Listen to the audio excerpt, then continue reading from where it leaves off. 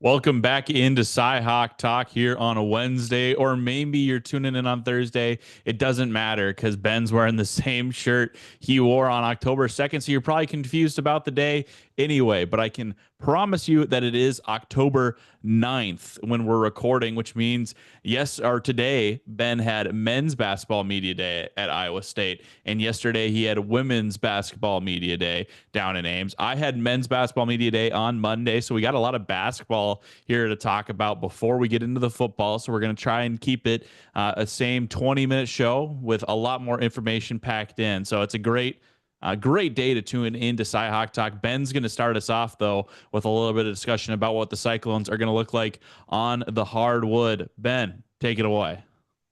Yeah, Ethan, it's been a busy last couple days, so give me a break for wearing this shirt. I did wash it, if that makes things any better. Yeah, I don't, I Um, didn't, I assumed you didn't wash it, so that's good. no, yeah, well, you were wrong. I washed my shirt, and yeah, this week was busy, man. First time in the Coliseum for me, just getting to go in there and talk to the women's basketball team, Coach Finley, on Tuesday, and then the guys on Wednesday. And breaking news from Media Day, everyone's feeling good. Everyone's excited to be back in basketball. There are a couple notable things I definitely take away from the women's side. If you haven't heard, transfer LT they call the cowgirl transfer from UMass. Ethan, she broke her ankle. She's going to be out for 5 weeks, so it'll be a little bit of kind of a stepping path for her to get back. But everybody else for the Cyclone women's basketball team is looking good and excited. I think the thing that I took away is Audie Crooks and the other leading scorer coming back, Addie Brown for the Cyclones, both worked on their defense. Leading scorers coming back are working on defense. That's the area Coach Finley and his staff has been prioritizing.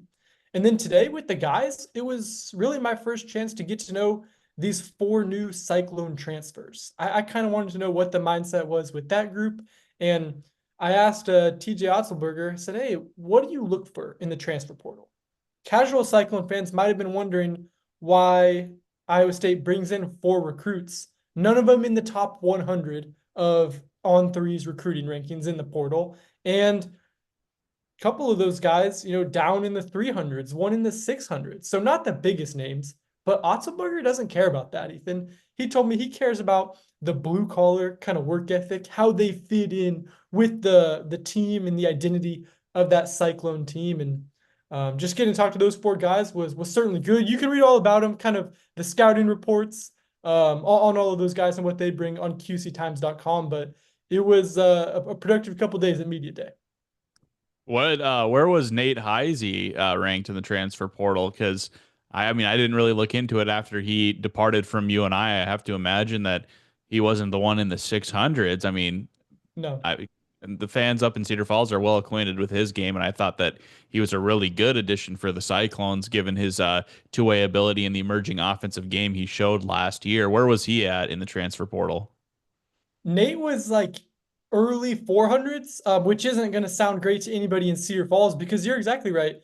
He did have a super productive career there with you and I wrote about him. I led my notebook, Ethan, talking about the way the Cyclones raved about Nate, his two-way ability, the mindset, the competitive mindset he brings. TJ said he's making everybody better at practice. Nate Heisey is, and he's certainly excited to be a Cyclone. He said, it was kind of a dream scenario for the Cyclones to reach out as Nate tries to take his game to the next level these last couple years he has of eligibility. It certainly wasn't surprising to see him jump in the portal after the career he had with the Panthers. I'm sure they would have liked to have kept him around, but can't fault the guy for moving up to the Power Four ranks from Cedar Falls. It'll be curious to see how he kind of finds a role on that team. I guess a team that made it really deep into the March Madness tournament last year. Obviously, the Panthers haven't been in a hot minute, but I got to think that Nate is going to be a player that can find minutes on a team regardless of the talent around him because of his ability on the defensive end. And I think his offensive game was maybe a little bit underrated, and he only showed it later in his career because he wasn't asked to do it early on. But you can read about that in an exceptional story on WCFcourier.com since we're doing promos here. That one's from December though. You just look up my name and just read all the stories till you get to the Nate Heisey one. Actually, give me all the page views. We'll go ahead and chat a little bit about the Iowa Hawkeyes men's media day. Uh, Expectations are staying the same for the Hawkeyes despite the expanded Big Ten, despite six new faces, four by way of being an incoming freshman, two from the transfer portal. Um, Coach McCaffrey seems to be optimistic. He called this the deepest team he's ever had. He has 13 players he's comfortable putting on the court. So I have to think it's going to be a little bit better for Iowa this year. Maybe not going to be a repeat of the second round NIT exit that they had last year, because the goal is the NCAA tournament. The goal is to be successful. Peyton Sandfort made a joke talking about how he can't be Caitlin Clark getting triple doubles all the time after getting the first one in program history last year. And I asked if that's kind of like the standard, the women's basketball team, and he said, "Well, they took all our fans, so we want them back, and we're certainly looking to be a championship caliber team." So yes, the women's basketball team kind of has set the standard for us. So it's been interesting to see how they've used the success of the women's team to, motivate themselves and give themselves maybe a bit of a roadmap to the success that they want to have. But that's the scoop from Men's Basketball Media Day. I'll be at Women's Basketball Media Day tomorrow morning, nice and early. You can check out all my coverage wherever you get your news from a Lee paper, because I'm not just gonna promo the QC Times. Get it from the WCFcourier.com as well. But with that, we'll go ahead and jump into the college football discussion. Ben, you got a game coming up against West Virginia. It's at West Virginia. They're wearing their special uniforms. So 2 weeks in a row, Iowa State's in a clash with special uniforms. Talk a little bit about how Iowa State's defense is going to handle this surging West Virginia offense. I'm excited to watch it, Ethan. And you asked me a really good question on our last Sunday recap. You said, Ben, what changed from those first two drives where Baylor went right down the field last week compared to the rest of the game where the defense really battened down the hatches? I didn't have a good answer for you. So I asked John Tez Williams, the cornerback, about it when I saw him this week. And he said, hey, it's just a matter of kind of getting settled in. So I'm curious to see how quickly can this Iowa State defense get settled in. It's a unit that has been so impressive this season, considering all the injuries it's had at linebacker. John Haycock has done everything with whoever starts and suits up is going to be productive, and the Cyclones have kind of clamped teams down. West Virginia is going to be tough though. 38 points last week, 32 I believe the week prior. It's kind of a clash of good on good here. So if the Cyclone defense can get settled in, which has kind of been the only problem with it, I expect good things to happen for the Clones. And everyone was excited about a quote from OC Taylor Mauser. Talk a little bit about what he's bringing to Ames, leading the offense. Mauser's a fun quote, Ethan. I think even after the press conference kind of officially ended, we get to talk to Mauser on the way out, and he's so laid back, telling us, where's the best meatball sandwiches in Ames.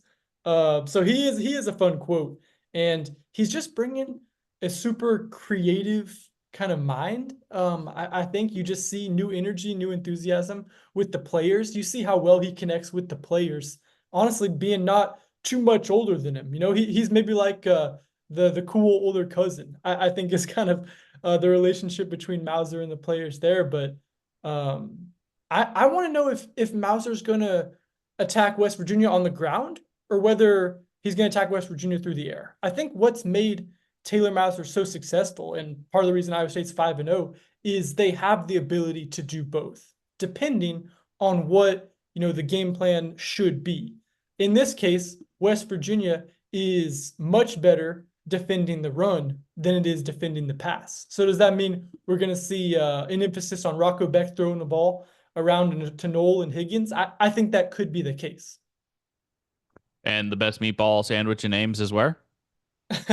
Not Subway. That was the only place I had thrown out. He named some local delis and stuff. I'll have to get back with you on that because he's I think such an aficionado there that he threw out a few different favorite spots. Well, there goes the Subway sponsorship I've been working on. Speaking of Rocco Becht, you got big day for the Becks. I don't know what you're talking about here. I don't know much of the family history there, so go ahead and fill me in. I will educate you on the Beck family history because it is a big day, Ethan. And for those who might not know, of course, Rocco Beck, the Iowa State quarterback, has a football lineage. His dad, Anthony, played for West Virginia as a tight end and then later several years in the NFL. Now Anthony coaches with the St. Louis Battlehawks in the XFL. But Anthony is getting inducted into the West Virginia Sports Hall of Fame. The official induction ceremony actually came a couple weeks ago when Iowa State was playing a football game, and Anthony decided he was going to go to his son's game and watch the Rocco play. But now that it just happened to bring him back, the Iowa State football schedule, he's going to go on the field at halftime and get honored at that game. So it's just kind of a crazy moment, I thought, worth noting, where the football journeys of Anthony Becht and Rocco Becht kind of collide at this field in Morgantown. Yeah, and XFL morphed into the UFL. Yes. And hopefully we have a lot of Kai's Law fans around here for the Battlehawks. That's basically all I know about that league. I think AJ McCarron was the quarterback for the Battlehawks, and he got released. He asked for a release from his NFL contract to play for St. Louis. So that's pretty much the depth of my knowledge there. The Rock is also involved. Speaking of history, college football history with the Becks, a wide receiver going for a little bit of personal history against West Virginia on Saturday. Talk about what Mr. Higgins is working on. Can you believe it, Ethan? He's going for 8 straight touchdown catches. That's a lot when you think about just game script and how easy it is to not catch a touchdown. But Higgins, I wrote about him, is kind of becoming Mr. Consistency, and I said that 2 weeks ago, and here he is still being Mr. Consistency. So he's going for 8, and if the game script, if the game plan does dictate Iowa State throwing the ball a little bit against West Virginia, I think there's a decent chance he does build on his program record of consecutive touchdown catches. That would be really impressive, and like I've said every time you brought this guy up, I think the one time I've seen, or 2 times I've seen him play 2 times, and one of the times he caught like a 80-yard touchdown pass. So, I mean, certainly a guy that pops off the field, pops off the screen if you're watching on TV. And was he the one that made that insane catch that got called back against Houston too? He was. That would have been his touchdown catch, and his streak got taken off the board, and of course he caught one later in the game. Yeah. So popping off the screen. I don't even need to watch him in person. He's popping off the screen. So I don't even need to claim, like, if you're watching it on TV. I watched it on TV one time and he popped off the screen. So there, I'm fulfilling the prophecy.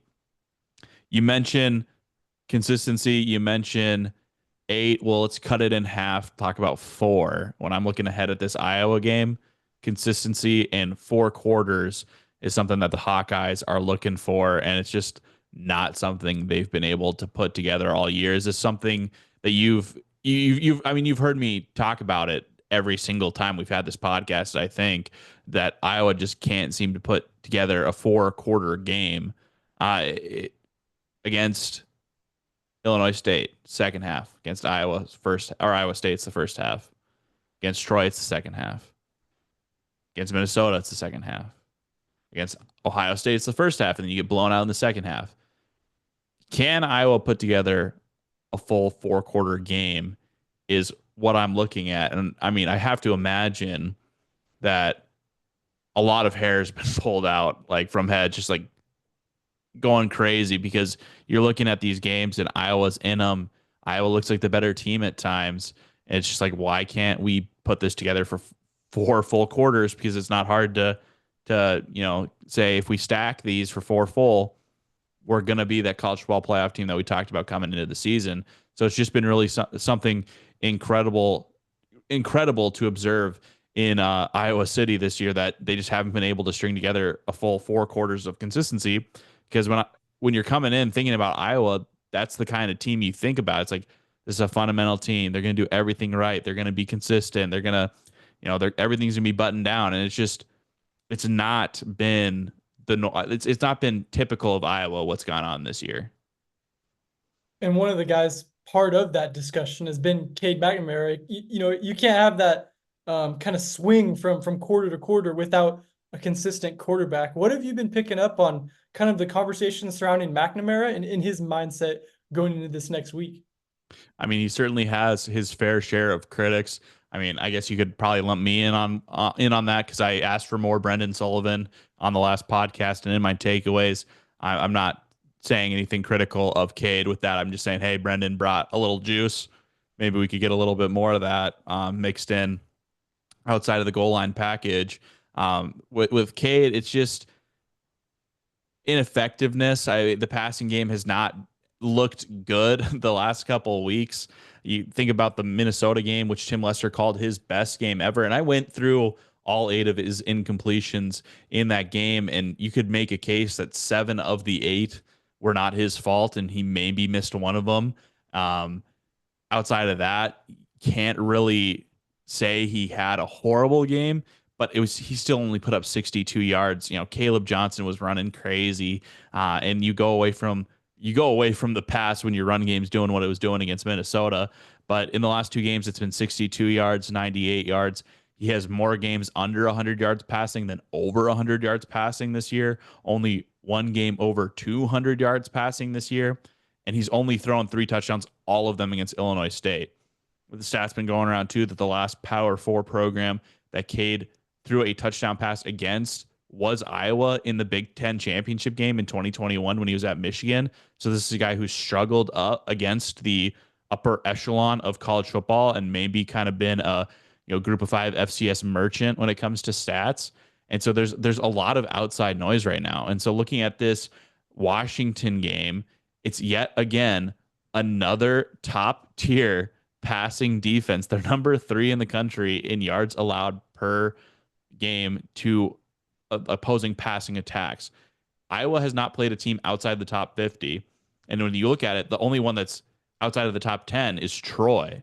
Obviously, Iowa and its ineffectiveness in the passing game is affecting those numbers significantly, but they're still doing it against other teams. We're 5 or 6 games in for all these teams at this point. The stats are becoming a little bit more telltale, and they're just not getting much break in the passing attack. I think it's going to be another tough week for Cade just in terms of the critics because they're facing another top tier passing attack, and the run game is such a good punch for them this year.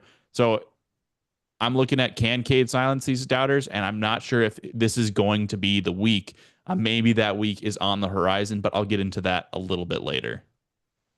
Yeah, we look at, Washington, and last week they had the national championship rematch that hardly felt like a national championship rematch with Washington and Michigan, just because so many of the faces around both of those programs have changed. When you look at Washington right now, led by Jedd Fisch, what do you kind of see from that game? I'll admit I'm not a card carrying member of the Jedd Fisch fan club. That's not who I am. I mean, he was sub 500 at Arizona, but he went 10-3 his last year. So hey, that's impressive. Well, you want to know who is a card carrying member of the Jedd Fisch fan club? Kirk Ferentz, the Iowa head coach, heaped tons of praise on Jedd Fisch in our Tuesday press conference. Talked about how he's been able to find recruiting gems with the Wildcats. You would assume that's continued on at Washington. Spoke glowingly of the job he was able to do at what he called not a garden spot in Arizona. And then he heaped praise even on his staff. Steve Belichick, the younger son of Bill, he's actually the older son of Bill, my bad, is the defensive coordinator. He runs multiple defense. He runs multiple personnel on defense. Very complimentary of that. Called it a NFL style defense. So I called it on our show sheet the Jedd Fisch master class, and that's kind of what Ferentz has painted the picture to be at Washington early on. They're 4-2. They lost to a really good Rutgers team. They lost to a very respectable Washington State team in a rivalry game. So you're looking at those 2 losses. You can kind of weigh them a little bit. and say, maybe not the worst thing in the world. You could do the same thing with Iowa's losses, but we're not going to get in that. So I just Jedd Fisch has done a really good job. They're top 25 in both total offense and total defense after being the dead last Power 5 team in returning production. They were 130th out of 134, and they only returned 19% of their offensive production this year, with which ranked dead last in the country. So I think the job that Jedd Fisch has done is really respectable, and I honestly think Kirk Ferentz's praise was warranted on Tuesday. So coming from somebody outside the fan club, I think that the fan club is onto something a little bit. Well, yeah, when you got a Belichick on staff, that doesn't hurt either. Well, it was hurting the Patriots last year. Looking ahead, talk a little bit about what you think are going to be the headlines coming out of the West Virginia game. Ethan, the grass is greener, and that's emphasizing the green in greener. Talking about West Virginia quarterback Garrett Green. I think it is actually turf in Mountaineer Stadium. It's not a grass surface, but if it was a grass surface, I think Garrett Green's jersey will be plenty grass stained. I think the Cyclone passing rush defense rush. Sorry, it's late, is going to get to Garrett Green. The Cyclones have been so close. They've been getting pressure. They've been affecting the quarterback in games this season, but the sacks haven't always been there. So I think finally maybe some of those percentages are going to even out and the grass is going to be greener. That's a good one. You're really up in your headline game. I like that. I wasn't sure where you were going with that. I thought maybe you were going to predict the West Virginia win, the upset. I was like, whoa, where's this guy going here? This is a Cyclone beat writer, and he's calling the upset. But no, that was excellent. Totally inverted my expectations. Get this guy to Hollywood immediately. I think you spoke too soon because here I'm gonna kind of stretch this next one. Nickels and dimes save couches will be plastered on the front of the Quad City Times. Not my strongest headline, but it makes sense, I promise, because of course in West Virginia they burn those couches after big time wins, and I think the nickel and dime cornerbacks, defensive backs, see where I'm going with it, from Iowa State are going to get some interceptions. Of course, it's all tied together. The pressure leads to those interceptions. Iowa State's done a good job of doing both those things this season. So I think some interceptions from those nickel and dime corners are going to save some couches, striking back for all the nickels and dimes that have been eaten and swallowed by the couches in our living rooms. And then I'll close it out because I had to with a headline about the only song people think of when they think of West Virginia, and that's "Take Me Home to a City Road." By that, I mean if Iowa State wins, they're coming back home for a stretch of, I think, 4 out of the next 5 games in Jack Trice Stadium, and none of those games really scare you. I've been saying that about this Big 12, where nobody has kind of leapt up and kind of grabbed that mantle. The scariest games on Iowa State's schedule right now are the final 2, with K-State and Utah being the last 2 ranked Big 12 teams on that schedule. So if the Cyclones can go back home, they'll find a city road. By that, I mean nice and smooth. It's not going to be a country road all bumpy. So a little John Denver to close out my headlines. I thought you were making like a contrast that Ames was the city and West Virginia was the country. I was like, well, I think there's probably more people in Morgantown than in Ames, but once again, inverted my expectations. Yeah, you just brought it home beautifully. I mean, excellent. You were worried? I think 3 for 3 knocked it out of the park tonight. And then rounding it out with my headlines, we'll start it off with "Don't Worry, Captain." I hope you guys are all SpongeBob fans because I'm going off the meme here. "Don't worry, Captain" will buff out those scratches. It's kind of been the way I've seen Iowa season. There's kind of like scraping through the rocks. Nothing's been real smooth like those city roads.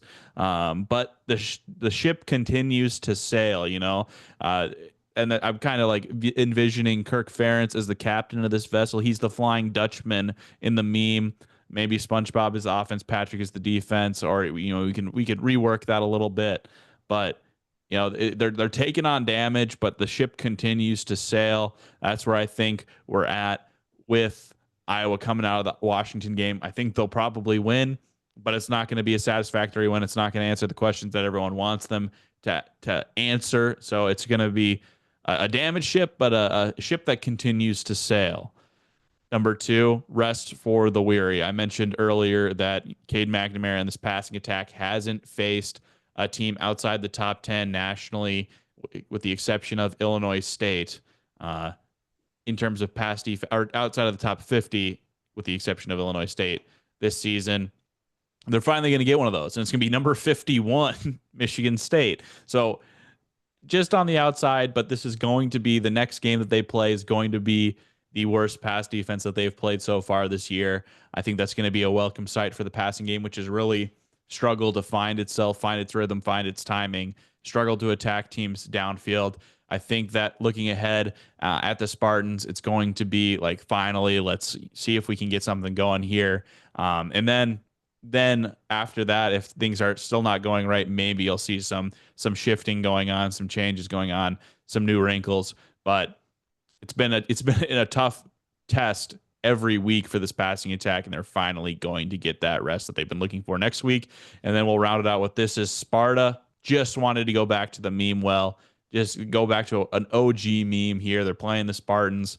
It's gonna be a fun game. I'm sure Michigan State's gonna have a good crowd going. Hopefully Iowa can string together a second win in the Big Ten and just kind of be one of those, bloodied and bruised gladiators, but still standing and just kind of screaming. And as they look ahead at their final stretch here, that's going to be the headlines for Iowa. Ben, any parting thoughts before we go ahead and let these people move on with their Wednesday or Thursday or whatever day it is, given the shirt you're wearing? Would you take the over or the under 0.5 SpongeBob episodes watched by Kirk Ferentz? Over.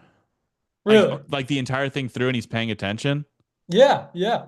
Oh, 0. Definitely the under. Surely, Definitely the but under.